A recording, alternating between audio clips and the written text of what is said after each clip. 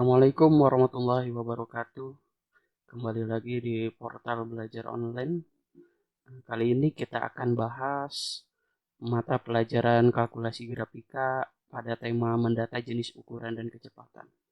Silakan untuk terus dapat menyaksikan channel ini, kalian subscribe terlebih dahulu dan klik lonceng pemberitahuannya. Nah, kita mulai pembelajarannya.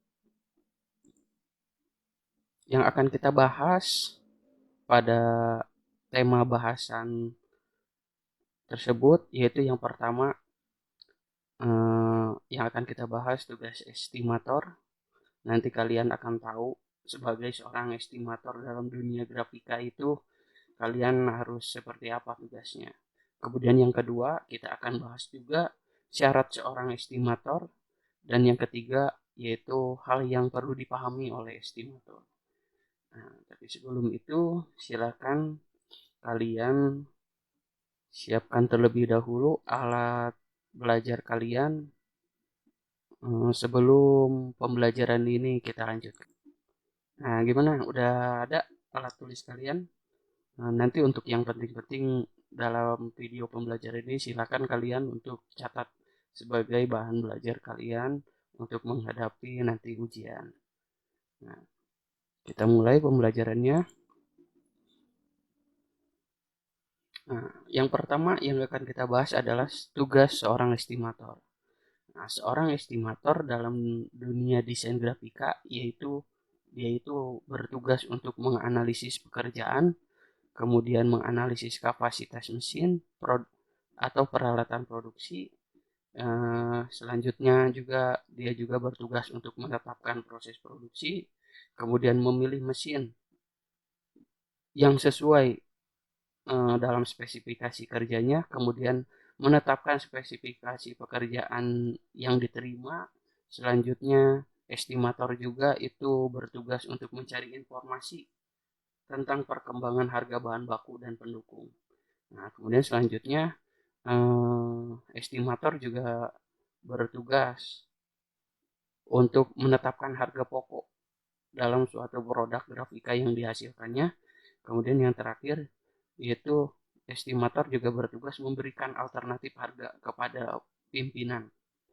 Nah, seperti itu ketika kalian nanti bekerja di dunia percetakan atau dunia desain grafika. Ataupun kalian nanti menciptakan peluang kerja sendiri menjadi seorang pembisnis di dunia desain grafika. Nah, pembahasan selanjutnya, apa sih syarat yang harus dipenuhi oleh seorang estimator dalam dunia desain grafika? Yang pertama, dia menguasai proses produksi. Nah, sebelumnya kita sudah jelaskan tentang alur proses produksi itu seperti apa. Kemudian yang kedua, syarat yang harus dipenuhinya juga yaitu menguasai perkembangan harga bahan. Kemudian yang ketiga, dia juga harus memahami ukuran bahan, menguasai ukuran mesin-mesin cetak, kemudian memahami cara-cara perhitungan biaya cetak, dan yang terakhir memiliki selera bisnis. Jika kelima syarat tersebut terpenuhi, tapi dia tidak memiliki selera bisnis, apalagi di dalam bisnis dunia desain grafika, maka seorang estimator itu akan kesulitan dalam menjalankan tugasnya. Nah, selanjutnya, materi selanjutnya, ini hal yang harus diperhatikan oleh estimator. Ketika kalian sudah menjadi seorang estimator dalam dunia desain grafika, maka kalian harus bisa memperhatikan tiga aspek ini. Yang pertama itu adalah jenis atau merek mesin cetak. Nah, kenapa ini sangat harus diperhatikan oleh seorang estimator? Nah, jenis merek tertentu dari mesin cetak mempunyai kelebihan dan kekurangannya masing-masing. Misal, mesin cetak merek tertentu dapat mencetak kertas yang tipis dan lunak, tapi kurang maksimal jika mencetak kertas tebal. Sehingga nanti ketika kalian memahami jenis merek mesin cetak tertentu, itu tidak akan salah dalam mempergunakannya, yang mengakibatkan nanti itu akan mengalami kerusakan karena si mesin itu dipaksakan dengan bahan yang tidak semestinya untuk mesin itu. Nah, selanjutnya begitu pula sebaliknya, seorang estimator sebaiknya secara umum memahami karakter dari mesin cetaknya. sehingga ketika berhadapan dengan konsumen dapat memberikan informasi yang utuh terkait dengan kemampuan mesin cetak yang digunakan dalam perusahaannya. Nah, itu yang pertama. Seorang estimator itu harus bisa memperhatikan jenis atau merek dari mesin cetak yang ada dalam perusahaannya. Kemudian yang kedua, nah ini juga yang harus diperhatikan oleh seorang estimator. Yang kedua itu adalah ukuran area kertas dan area cetak. Kenapa ini harus diperhatikan? Karena area cetak adalah area kemampuan maksimal dari suatu mesin cetak offset dalam menempatkan image di atas permukaan bahan cetakan atau biasa disebut luas bidang cetak maksimal.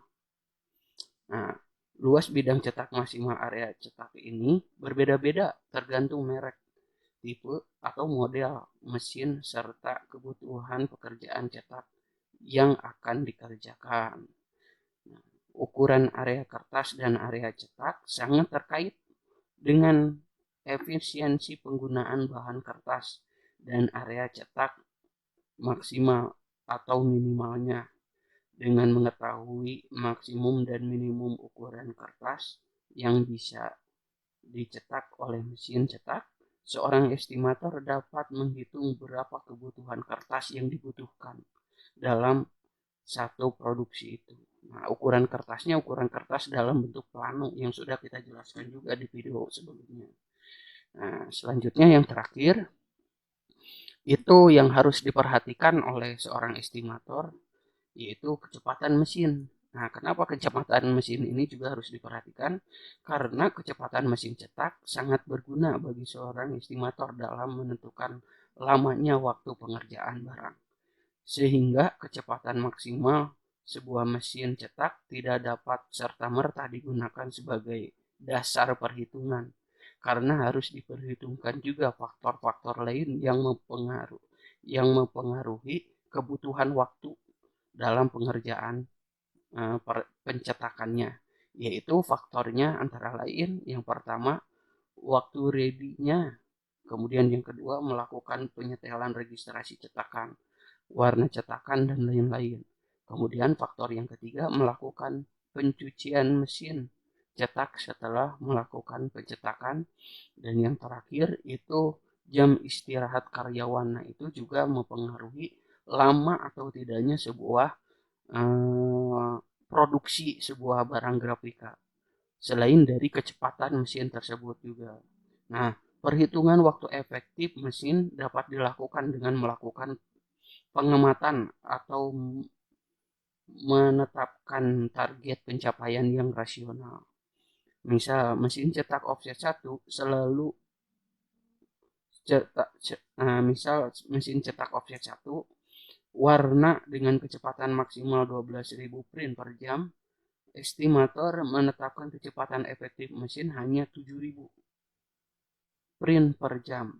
Setiap perusahaan percetakan dapat menentukan kecepatan efektif mesin disesuaikan dengan kondisi dan kompetensi operatornya.